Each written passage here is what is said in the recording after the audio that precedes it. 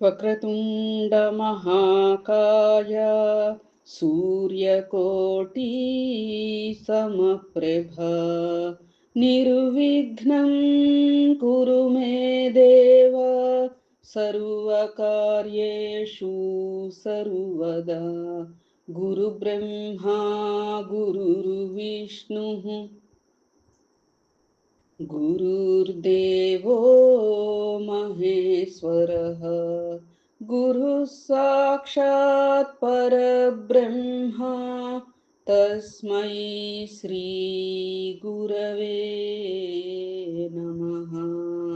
శరదా శరదాంభోజ వదనా వదనాంబుజే సర్వదా సర్వదాస్మాకం సన్నిధిః సన్నిధిం క్రియాత్. ఓం గం గణపతయే నమః. సద్గురవే నమః. శ్రీ మహాసరస్వత్యై నమః. ఓం గ్రాం దత్తాత్రేయాయ నమః. ఓం శ్రీ సాయిరాం. ఓం గురుదేవ దత్త. శ్రీ స్వామి సమర్థాయ నమః. శ్రీ అక్కల్కోట స్వామి సమర్థ లీలామృతం నవమోధ్యాయ ప్రారంభం. నిన్న మనం శ్రీపాద శ్రీవల్లభ స్వామి వారి అవతారం గురించి చెప్పుకున్నాము. నేడు శ్రీ స్వామి నృసింహ సరస్వతి స్వామి వారి అవతారం గురించి చెప్పుకోబోతున్నామమ్మా. శ్రీ దత్తాత్రేయ స్వామి ద్వితీయ అవతారం శ్రీ స్వామి నరహరి నరసింహ సరస్వతి. విద్యాసాగరుడు శ్రద్ధాభక్తులతో వినయంగా పరమపురుష యోగిరాజా శ్రీ దత్తాత్రేయుల మొదటి అవతార కథను తెలిపినారు. రెండవ అవతారం ఎప్పుడు ఎలా జరిగినది, వారు ఏ ఏ లీలలను ప్రదర్శించారు, ఆ గురు సార్వభౌముని భగవంతుని లీలలు మీరు చెబుతూ ఉంటే వినాలనే కోరిక నాలో పెరుగుతున్నదే గాని తరగడం లేదు. మహాత్మా, ఆ రెండవ అవతార విశేషాలు వివరించండి అని ప్రార్థించగా నిత్యానందునికి ఇటువంటి శ్రద్ధాళువైన శ్రోత లభించినందులకు సద్గురుని లీలలను తనివి తీరా వివరించి చెప్పు అవకాశం లభించింది. ఇటువంటి అదృష్టానికి పొంగిపోయి నిత్యానందుడు విద్యాసాగర, దీనులను ఉద్ధరించడానికి తనంతాను దత్తం చేసుకున్న పరమేశ్వరుని చేతలు యోగీశ్వరులకు కూడా ఊహించశక్యంగానివి. కనుక నేను ఎంత వర్ణించినా అగాధమైన కథలలో లవలేశమే అవుతుంది గాని వారి లీలలన్నీ చెప్పినట్లు కాదు సుమా. అయినా ఇక వినుము అని ఇలా చెప్పారు. శ్రీ గురు చరిత్రలోని 11వ అధ్యాయం నుండి శ్రీ స్వామి నరసింహ సరస్వతి చరిత్ర కలదు. శ్రీపాద వల్లభుల ఆదేశానుసారం అంబిక తన జీవిత శేషమంతా శివపూజలో గడిపినది. ఆమె మరుజన్మలో మహారాష్ట్రలో విదర్భలో అకోలా జిల్లాలో కరంజాను గ్రామంలో వాజసనేయ శాఖకు చెందిన ఒక సద్బ్రాహ్మణుని కుమార్తెగా జన్మించినది. తల్లిదండ్రులు ఆమెకు అంబా అని నామకరణం చేశారు. ఆమెకు పూర్వజన్మ సంస్కారం వలన సౌశీల్యంతో పాటు శివభక్తి కూడా అబ్బినది. ఆమెకు యుక్త వయస్సు రాగానే అదే గ్రామంలోని మాధవ శర్మ అనే బ్రాహ్మణోత్తమునికి ఇచ్చి వివాహం చేశారు. అతడు మంచి శివభక్తుడు. ఆ ప్రాంతంలోని స్మార్తులకు శివవ్రతం చేసుకునే అలవాటు ఉండేది కనుక వారిని శివవ్రతులు అంటారు. పూర్వజన్మ సంస్కారానికి తోడు ఈ జన్మలో భర్త యొక్క సత్సాంగత్యము వలన ఆమె ప్రతిదినము సంధ్యా సమయంలో శివ పూజ, భర్తతో కలిసి శని ప్రదోష పూజ, శని త్రయోదశి నాడు విశేష పూజ చేస్తూ ఉండేది. విశేషించి అంబ తన భర్తను సూర్యుణ్ణి ఛాయాదేవి వలె విడనాడక సర్వోపచారాలు చేస్తూ ఉండేది. ఇలా 16 సంవత్సరములు గడిచాక అంబ గర్భవతి అయినది. మాధవ శర్మ సకాలంలో పుంసవనాది కార్యక్రమం నిర్వర్తించాడు. నెలలు నిండిన తరువాత మహిమాన్వితమైన ఒక శుభలగ్నంలో ఆమెకి ఒక మగబిడ్డ కలిగినాడు.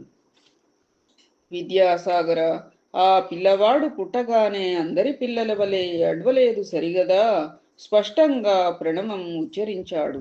అది విన్నవారు ఆశ్చర్యపోయారు. జ్యోతిశాస్త్ర విద్వాంసులు అతని జాతకం చూసి, మాధవ శర్మ, నీ భాగ్యం పండింది. ఆ శిశువు సాక్షాత్తు భగవంతుడే. ఇతడు మనవలే గృహస్థాశ్రమం స్వీకరించడు. చిన్న వయస్సులోనే సన్యాసం స్వీకరించి జగద్వంద్యుడవుతాడు. ఇతని చరణాలు ధ్యానించిన భక్తులకు కామధేనువవుతాడు. ఇతని దర్శనం చేతనే పతితులు పావనులవుతారు. ఇతనిని కన్నందువలన మీకు కీర్తి ప్రతిష్టలు, దివ్య సుఖాలు లభిస్తాయి అని దైవజ్ఞులు చెప్పారు. మాధవ శర్మ విద్వాంసులను ఘనంగా దక్షిణ తాంబూలాలతో సత్కరించాడు. వారు సెలవు తీసుకుంటూ, మాధవ శర్మ, ఈ బాలునికి శ్రీ సిద్ధులు దాస్యం చేస్తాయి, నవనిధులు పరిచారకులవుతాయి అని ఆశీర్వదించారు. ఆ బాలుడు పుట్టిన వెంటనే ప్రణవముచ్చరించిన సంగతి వాడవాడలా ప్రాకిపోయి అతనిని చూడడానికి జనం ఇసుక వేస్తే రాలనంతగా వచ్చారు. పిల్లవానికి దృష్టి దోషం తగలకుండా తండ్రి రక్షాబంధనం చేయించినాడు. తల్లి అతనికి ఉప్పు, మిరియాలు, ఎండుమిరపకాయలు, వేపాకులతో దృష్టి తీసివేసేది. తర్వాత ఒక సుముహూర్తంలో ఆ పిల్లవానికి శాలగ్రామదేవ అని పేరు పెట్టారు. కానీ ఇంట్లో అందరూ అతనిని నరహరి అని పిలుచుకునేవారు. నరులంటే అజ్ఞానబద్ధులైన మానవులు, హరి అంటే మానవుల అజ్ఞానం వలన కలిగిన దైన్య తాప పాపాలను పోగొట్టువాడు అని అర్థం. ఆ పేరు ముందుగానే ఆయనకు అవతార పురుషుడని సూచిస్తున్నట్లుగా ఉన్నది. బలహీనంగా ఉండడం వలన అంబ వద్ద పిల్లవానికి చాలినన్ని పాలు లేవు. పిల్లవాని కోసం ఒక దాదిని గాని పాడి మేకను గాని ఏర్పాటు చేయాలని ఆ దంపతులు ఆలోచిస్తూ ఉండగా ఆ పిల్లవాడు తన చిన్నారి చేతులతో తల్లి యొక్క వక్షస్థలాన్ని స్పృశించినాడు. వెంటనే ఆమెకు స్తన్యం పెళ్ళుబికి 32 ధారలుగా కారి నేలపై పడినాయి. ఆ విషయం అందరికీ తెలిస్తే బిడ్డకు దృష్టి దోషం తగులుతుందని వెరచి అంబ ఈ లీలను రహస్యంగా ఉంచింది. ఆ పిల్లవాడు ఊయలలో పడుకోబెడితే ఏడ్చేవాడు, నేలపై పడుకోబెడితే ఆడుకునేవాడు. ఇలాంటి లీలలు ఎన్నో జరిగినప్పటికీ తల్లి వాటిని ప్రకటించలేదు. అందువలన ఆ ప్రభు యొక్క సంపూర్ణమైన దివ్యత్వం అందరికీ తెలియలేదు. అది ఇలా సంవత్సరం గడిచినా అతనికి ఒక్క మాట కూడా రాలేదు. కులదేవతలను ఆరాధించమని కొందరు, రావి ఆకుల విస్తళ్లలో బ్రాహ్మణులకు భోజనం పెట్టించమని కొందరు చెప్పారు. మాటలు చెబుతూ అతని చేత అనిపించడానికి ప్రయత్నిస్తూ ఉంటే క్రమంగా వస్తాయని కొందరు. అతను మాత్రం మాటలొచ్చినా కొంతకాలం తర్వాతే మాట్లాడతాడని మరికొందరు అనేవారు. వారందరి మాటలు విని నరహరి నవ్వేవాడు. ఎవరేమడిగినా ఓం అన్నదే అతని సమాధానం.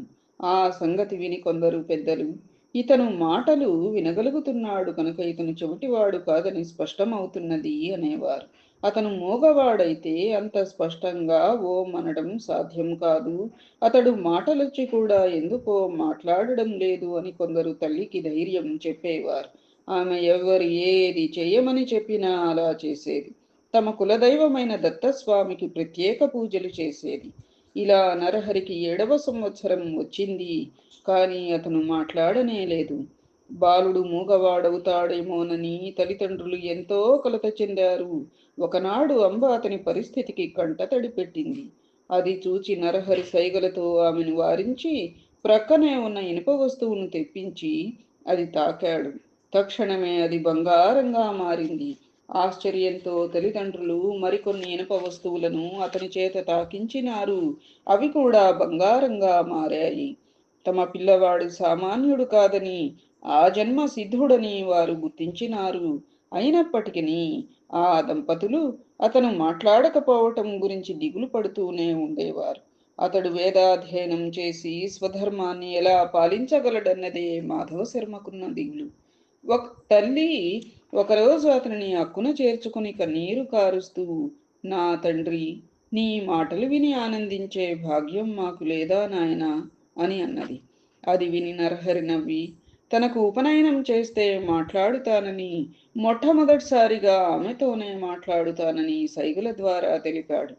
ఆ సంగతి విని మాధవ శర్మ ఆశ్చర్యపడి అతని ఉపనయనానికి ఒక శుభముహూర్తం నిర్ణయించి ఊరి వారందరినీ ఆహ్వానించాడు. గ్రామస్తులందరూ అతని ఆశలు అడియాసలై నలుగురిలో తలవంపులకు గురి అవుతాడని తలచారు. కొందరు పెద్దలు మాత్రం, అయ్యా, ఆ పిల్లవాడు గాయత్రీ మంత్రం ఉచ్చరించగలిగితే మనకేమీ లేకపోతే ఏమిటి? మనకి మాత్రం మృష్టాన్న భోజనము, ఘనంగా దక్షిణ తాంబూలాలు లభిస్తాయి గనుక ఈ ఉపనయన కార్యక్రమం జరుపుకోనియండి అన్నారు. అందరూ ఉపనయనానికి మాధవ శర్మ ఇంట సమావేశమయ్యారు. నరహరి ముండనము మాతృభోజనము అయినాక జింక చర్మము పసుపు వస్త్రము ధరించినాడు. చెవిలో గాయత్రి మంత్రం ఉపదేశించినప్పుడు నరహరి ఆ మంత్రరాజాన్ని మనస్సులోనే జపించి దీక్ష తీసుకున్నాడు. తరువాత అతడు తల్లికి నమస్కరించి ఆమెను భవతి భిక్షాం దేహి అని భిక్ష కోరి మొట్టమొదట ఆమెతోనే మాట్లాడుతానని తల్లికి తానిచ్చిన మాట నిలబెట్టుకున్నాడు. తల్లి మొదట భిక్ష ఇచ్చి ఋగ్వేదం పఠించు, ఆచారం పాటించు అనగానే నరహరి అగ్నిమీళే పురోహితం అని ప్రారంభించి ఋగ్వేదంలోని మొదటి మంత్రం చెప్పాడు. అంబ రెండవసారి భిక్ష ఇచ్చి యజుర్వేదం పఠించు, ఆచారం పాటించు అనగానే నరహరి ఇషేత్వా అని ప్రారంభించి యజుర్వేదంలోని మొదటి మంత్రం పఠించినాడు.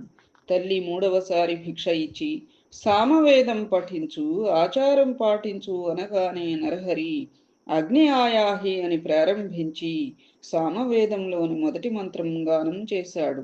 అది వినగానే తల్లిదండ్రుల ఆనందానికి, సభలోని వారి ఆశ్చర్యానికి అవధులు లేవు. జీవితంలో మొదటిసారిగా మాట్లాడడం ప్రణవోచ్చారణ, తరువాత వేద పఠనంతో గాని చెయ్యకూడదని నరహరి అంత కాలము మాట్లాడలేదని అందరూ అనుకున్నారు. 3 భిక్షలు అయినాక ఆయన భగవదవతారమని తెలుసుకుని అచ్చటి బ్రాహ్మణులంతా నమస్కరించారు. సర్వశాస్త్రాలకు జన్మస్థానమైన ఆ ప్రభువుకు ఇది ఒక లెక్కలోనిది కాదు. క్రతువు పూర్తిగా వచ్చింది. మాధవ శర్మ దంపతులు అమితోత్సాహంతో ఉన్నారు. వామనుని వలె భాసిస్తున్న ఆ నూతన బ్రహ్మచారి నరహరిని తల్లి ఆశీర్వదించి, నాయన ఇహ నుంచి నీవు భిక్షతోనే జీవించాలి సుమా అన్నది. వెంటనే అతను తల్లికి నమస్కరించి, అమ్మా, నీ ఆజ్ఞ మేరకు నేను భిక్షువునవుతాను. నేను సన్యాసాశ్రమం స్వీకరించడానికి అనుమతించండి అని తండ్రి వైపు తిరిగాడు. ఆ మాటలక తల్లిని వెరబోయి దుఃఖిస్తూ, నాయనా, ఒక్కగానొక్క మగబిడ్డవు. మేము 16 సంవత్సరములు ఎంతగానో ఎదురు చూసి ఎన్నో వ్రతములాచరించాక పుట్టావు. తరువాత 7 సంవత్సరములు నీవసలు మాట్లాడనే లేదు. ఇంతకాలానికి పరమేశ్వరుని కృప వలన నేను చేస్తున్న పూజలు వ్రతాలు ఫలించి ఈరోజే మొదటిసారిగా నీ మాటలు వినగలిగినాను. అందుకు నేను సంతోషిస్తూ ఉండగా నీవు ఇలా అంటావేమి నాయనా? అప్పుడే నీవు ఇల్లు విడిచిపోతే మా గతి ఏమిటి? నీవు గృహస్థువై బిడ్డలు కలిగిన తరువాత సన్యసించవచ్చు గదా అని బ్రతిమలాడింది. అప్పుడు నరహరి తల్లిని కౌగలించుకొని ఓదార్చి, అమ్మా, నా మాట విను. వివేకంతో ఆలోచించి ఈ వ్యర్థమైన దుఃఖాన్ని తొలగించుకో. నేను ధర్మరక్షణ కోసం అవతరించాను. నీకింకా 4 బిడ్డలు కలిగి ప్రేమతో మీ సేవ చేస్తారు. వెనుకటి జన్మలో నీవు నిష్ఠతో శంకరుణ్ణి పూజించటం వల్లనే నేను నీ గర్భాన జన్మించినాను అని చెప్పి ఆమె శిరస్సుపై తన చేతి నుంచి ఆశీర్వదించాడు. వెంటనే ఆమెకు తన పూర్వజన్మ స్మృతి కలిగింది. అతను శ్రీపాద శ్రీవల్లభుడిగా దర్శనమిచ్చాడు.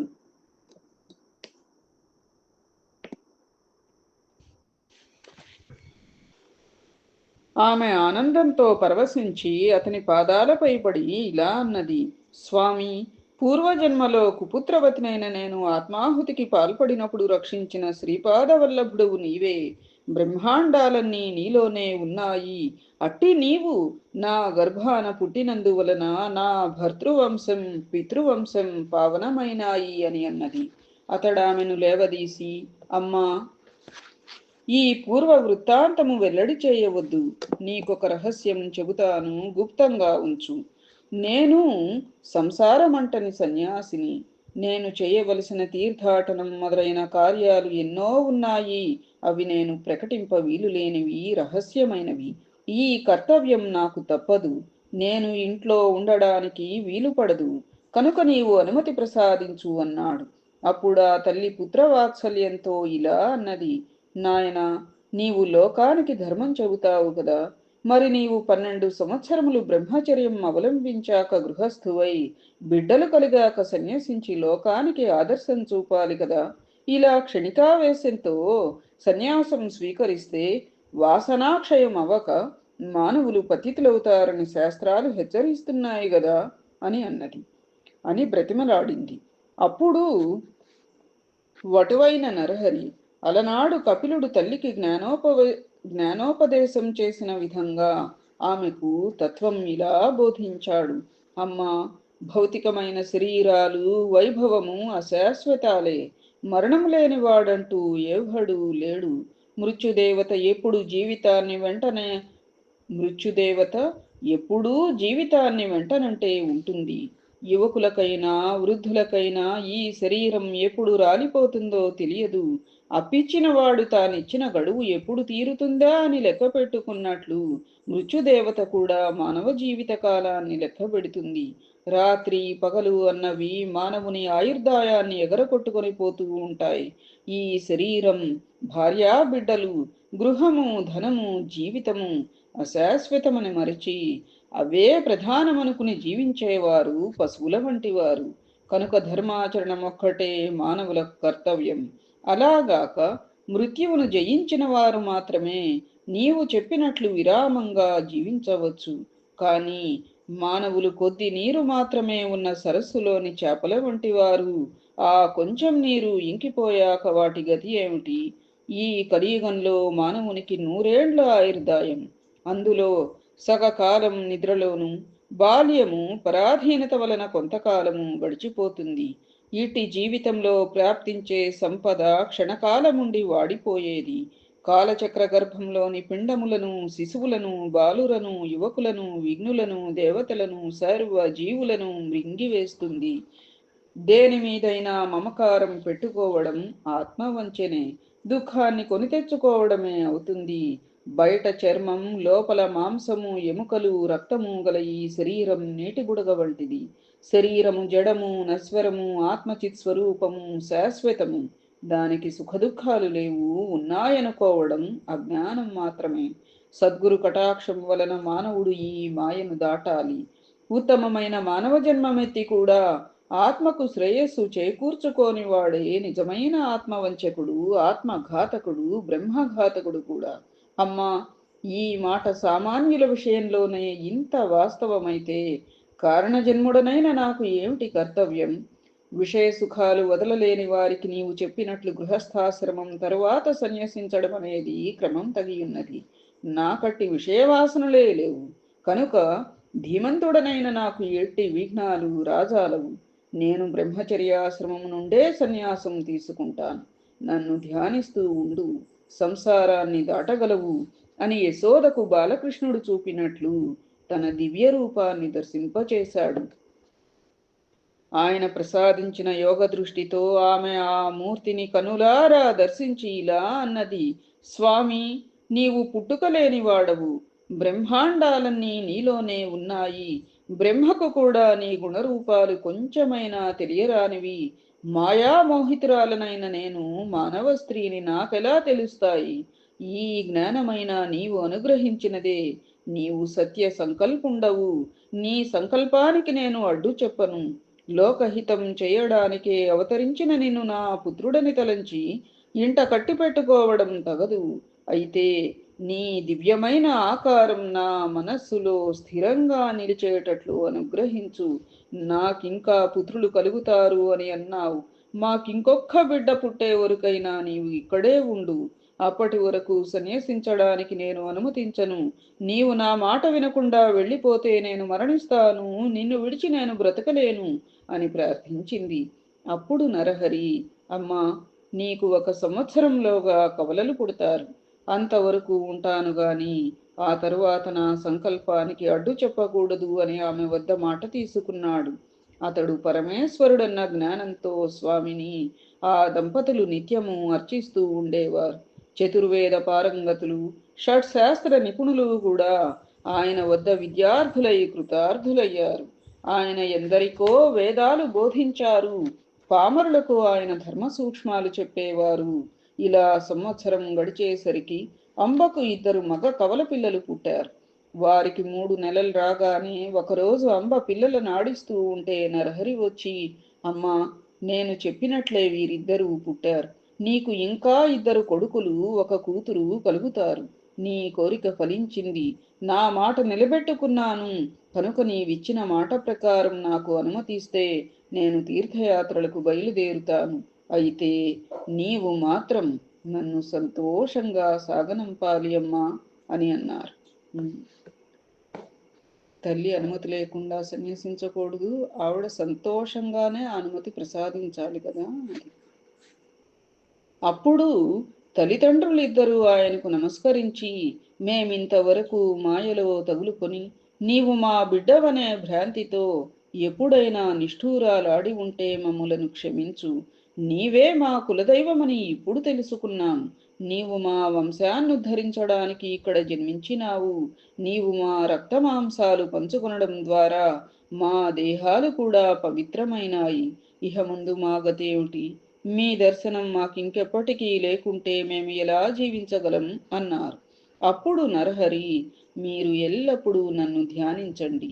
మీకిక జన్మ ఉండదు. అమ్మా, నీకు నన్ను చూడాలని ఉంటే నన్ను స్మరిస్తే తక్షణమే నీకు నా దర్శనం అవుతుంది. 30 సంవత్సరముల తరువాత నేను మళ్ళీ మీ వద్దకు వస్తాను అని చెప్పినాడు. అలా తల్లిదండ్రుల అనుమతి తీసుకుని ఆయన తలపై శిరస్త్రాణము, కౌపీనము, కాషాయాంబరము, చేతదండము ధరించి చిరునవ్వులొలికిస్తూ మహాసంతోషంగా బయలుదేరాడు. ఆ దృశ్యం చూచిన జనం, 9 సంవత్సరముల పిల్లవాడు ఇల్లు విడిచిపోవడానికి అసలు ఆ తల్లి ఎలా అనుమతిస్తోంది అని ఆశ్చర్యపోయారు. కొందరు, ఈయన అవతారమూర్తి, ఈయనను కన్న తల్లిదండ్రులు ధన్యులు అన్నారు.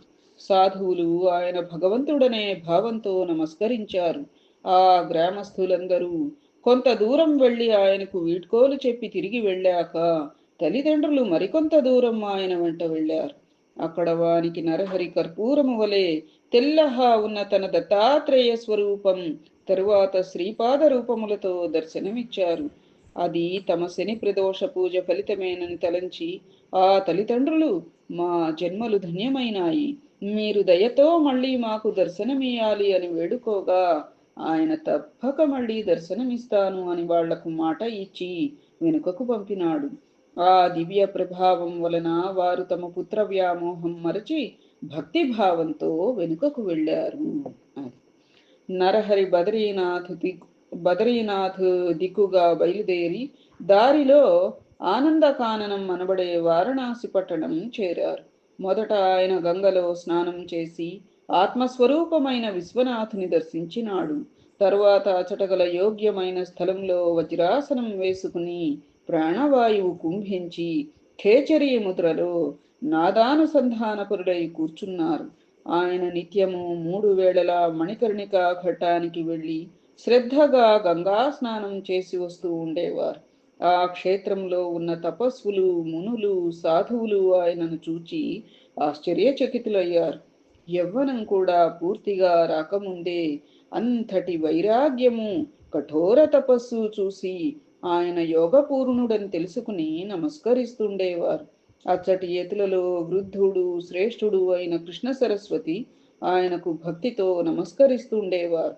ఆయన సాక్షాత్తు అవతార పురుషుడని, సన్యాస మార్గాన్ని పునరుద్ధరిస్తాడని, ఆయన విశ్వగురు అయినప్పటికీ లోకోద్ధరణం కోసం మాత్రమే ఆదర్శప్రాయుడైన సాధకునిలా తపస్సు చేస్తున్నాడని, కనుక ఆయన వయస్సులో చిన్నవాడైన జ్ఞానంలో వృద్ధుడే కనుక ఆయనకు యతులు కూడా నమస్కరించవచ్చునని కృష్ణ సరస్వతి చెబుతూ ఉండేవారు. చివరకు ఆ కృష్ణ సరస్వతి స్వామి ఆదేశానుసారం ఆయన శిష్యులు నరహరి వద్దకు వెళ్ళి నమస్కరించి, స్వామి, మీరు పరమేశ్వరులే గాని మానవ మాత్రులు కారు. సజ్జనులను, ధర్మాన్ని ఉద్ధరించడానికి భూమిపై అవతరించారు.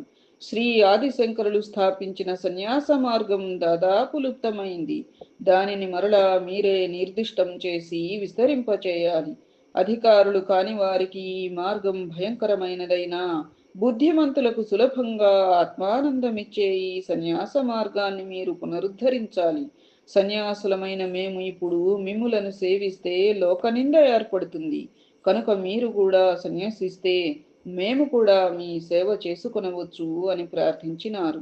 నరహరి వారి ప్రార్థనను మన్నించి సత్సంప్రదాయ సముద్ధరణ కొరకు శ్రీకృష్ణ సరస్వతి పా శ్రీకృష్ణ సరస్వతి పాదులను గురువుగా స్వీకరించి శాస్త్ర పద్ధతిన వారి వద్ద సన్యాసం స్వీకరించారు. అప్పుడు గురువిచ్చిన దీక్షానామం శ్రీ నృసింహ సరస్వతి. తరువాత ఆయన కొంతకాలం కాశీపట్టణంలో ఉండి మానవులకు 4 పురుషార్థాలను ప్రసాదించగల వేదార్థాన్ని భక్తులకు ప్రవచించినారు. తరువాత శ్రీగురుడు తాము స్వయంగానే పవిత్రులైనప్పటికీ అనేక పుణ్యతీర్థాలు దర్శిస్తూ బదరికాశ్రమం చేరారు. తరువాత ఆయన మేరు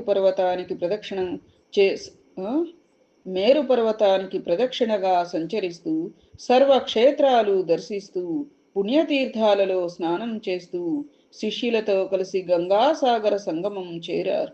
ఆయన మొదట గంగకు ప్రదక్షిణంగా ప్రయాగ వరకు తటయాత్ర చేశారు. అది కూడా గంగా ప్రదక్షిణతో సమానమే.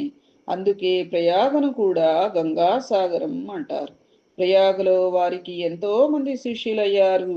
ఆ క్షేత్రంలో మాధవుడనే బ్రాహ్మణుడికి శ్రీ గురువే స్వయంగా తత్వముపదేశించి సన్యాసమిచ్చారు. జయ జయ నరసింహ సరస్వతి, జయ జయ దత్తావధూత నమః. ఇది విద్యాసాగర శ్రీ నిత్యానంద యోగి సంవాద రూపమున శ్రీ దత్తాత్రేయ సంప్రదాయ శిష్య పరంపరలోని శ్రీ శ్రీ శ్రీ స్వామి విఠలానంద సరస్వతి మహారాజ్ శ్రీ విఠల్ బాబాజీ విరచిత శ్రీ అక్కల్కోట స్వామి సమర్థ లీలామృతం 9వ అధ్యాయం సంపూర్ణం. ఏతత్ఫలం సర్వం సద్గురు చరణారవిందార్పణం అస్తు. సద్గురవే నమః. శ్రీమాత్రే నమః. ఓం ద్రాం దత్తాత్రేయాయ నమః. జై జై స్వామి సమర్థ. శుభం భూయాత్.